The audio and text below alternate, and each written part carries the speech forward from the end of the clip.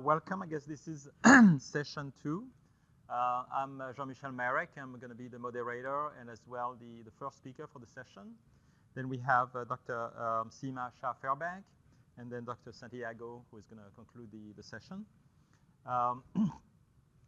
So my session, let me start my clock so I don't deviate from my time. My session is about online learning practices of students in millennial students in a flipped classroom.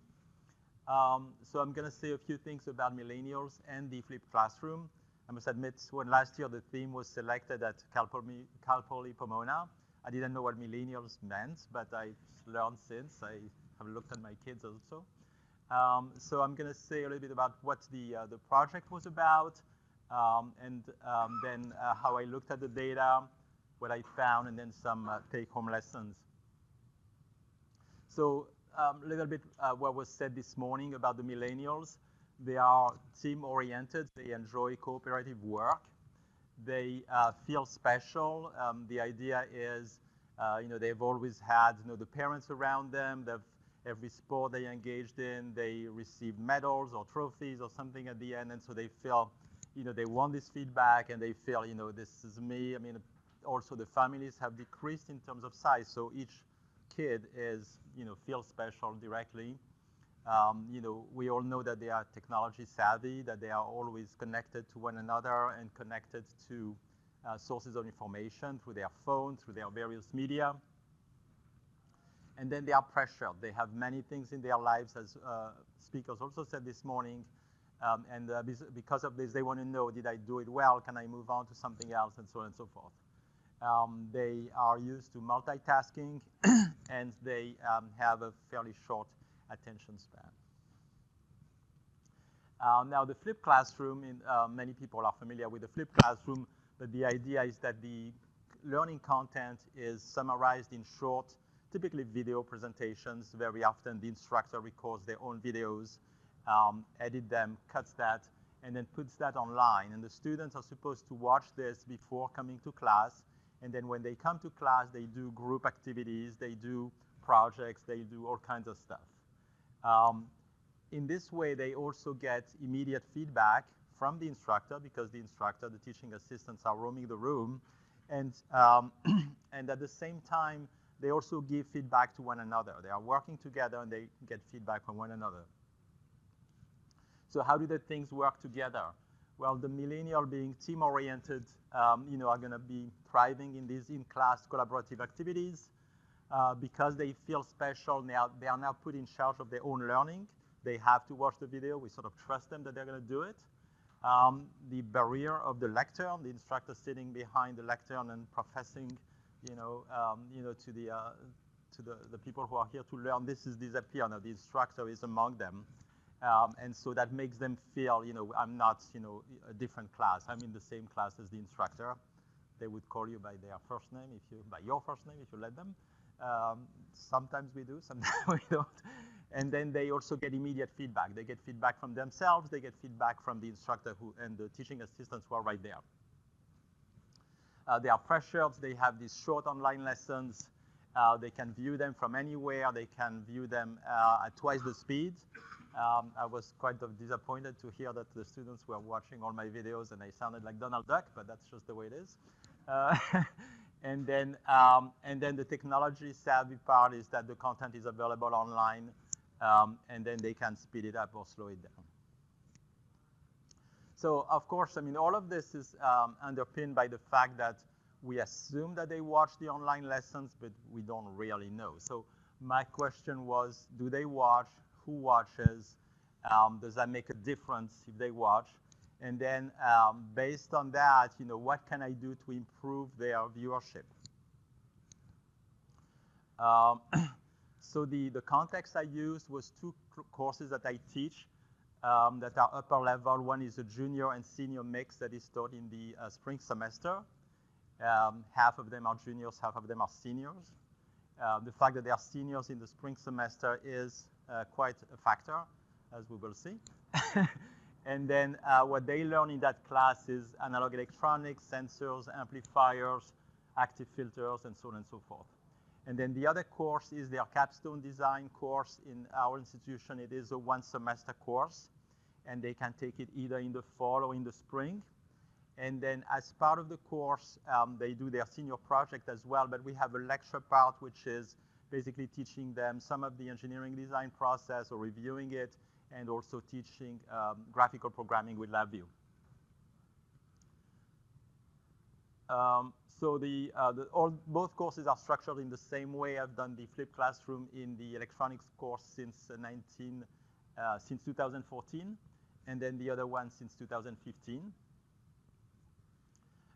And then on Camtasia, you can sort of have the software record how much they viewed of the lesson. So 90% of viewing is considered one, that is 100%. It's considered they viewed it all. And you can also see if they viewed part of it or not. And then in class, they do group activities. They do, so for the electronics course, they do actually activities in groups. You know, a lot of pencil and paper solving problems, you know, analyzing circuits and so on and so forth. In the other course, it is more difficult because a lot of the, you know, the programming exercises have to be done at their own computers. So they usually start by themselves, and then quite often when they get stuck somewhere, they ask the person to their right or to their left and so forth, and we encourage that. But, you know, it is certainly more, you know, more individual, let's say, than in the electronics course. So the data was the viewing record. I isolated students who had taken both classes, and so I could look at each student, how they viewed in one class and how they viewed in the other course. And I scored the viewership as 0, they didn't see it, 0.5, they saw part of it, and then 1, they saw at least 90% of it. And then I divided that by the number of lessons and came up with a viewing score. And then I also had their exam scores in these two classes. And then separately for this, and that's the second part of what I'm going to be talking about a little bit, is for the electronics course, I looked at now all the students. The first 2 years the video was there for them to watch. And this third year, which is this current year, I added online quizzes. And I told them, you're going to get some feedback. You're going to get some vague extra credit. I never specified what the extra credit was, 1 point out of 1,000,000 or something. But that was certainly a factor. And so what I looked at this was that there were differences between the two courses, whether there was a correlation between their viewing record and in one course versus the other, whether there was a correlation between the viewing record and how they did on the exams. And then for the second part is whether adding those quizzes made a difference on the overall cohort. So this is for the viewing record. So on the left here is the measurement and instrumentation. That's the capstone course. And then in the middle is the same course, but now taught in the spring. And then to the far right is the electronics course that is taught in the spring to both juniors and seniors. And there is a clear difference for the same course for the students who took the course in the fall semester. That is, they are still not thinking about graduation, versus the spring semester when they already have a job for many of them and, you know, have their mind somewhere else. So it went from 85% to less than 70%. And then in the electronics course, even though there's a lot of juniors, half of them, the viewership was even less. It was about 60%. And then this was looking at the distribution. How many students, of the total number of students, how many viewed at least 80%, how many viewed between 60 and 80%, and so on and so forth. And again, there was a huge difference for the first course. You know, most of them viewed, you know, at between 80 and 100%, whereas for the electronics course and for the other course, there was quite a few students who actually watched less than 20% or between 40% or something like this. So that was sort of a little disappointing in some ways. Then I was looking at then the correlation. Did they watch in one course, and did it have an implication whether they would view in the other course? And that was pretty strong, actually. If they watched in the electronics course, they would tend to view the videos also in the instrumentation course. And particularly if they had viewed in the spring, that is a lot of them were actually seniors. If they were still, focused on studying in one course, they would also be focused on studying in the other course. Surprisingly, in the electronics course, there was no relation between whether they viewed or how much they viewed and how they did on the exams.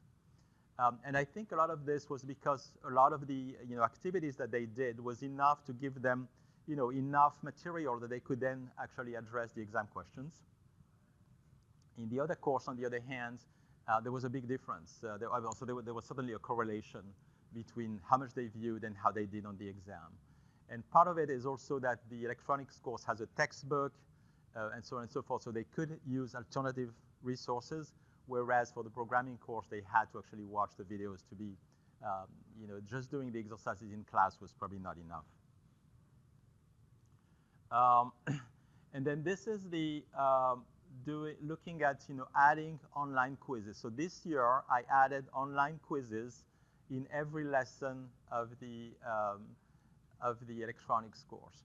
And we're talking about Camtasia that is being used to record this. I mean, one of the very nice things about Camtasia, it's very easy to recut the videos, to add features that were not in the first edition, and so on and so forth. So I got an idea from one of these conferences of adding these online quizzes, and you can see that the viewership really increased significantly just by adding this. And anecdotally, I get a lot of emails from the students. I mean, the software is smart, but it's not that smart. It can tell if when they put the unit, for instance, if they leave a space between the number and the unit, or if they don't leave a space, or if they leave two spaces, that somehow they got scored wrong. And I get this email with a picture. Well, I had the right answer, but it counted me wrong and something like this. I keep telling them it doesn't matter, it's for extra credit. But they are very much, they want this feedback. So when they get this online, tying this to the millennials, okay, why do they care so much? It's because they want the feedback. They want to know that they did well. They want to know that they understand and so forth.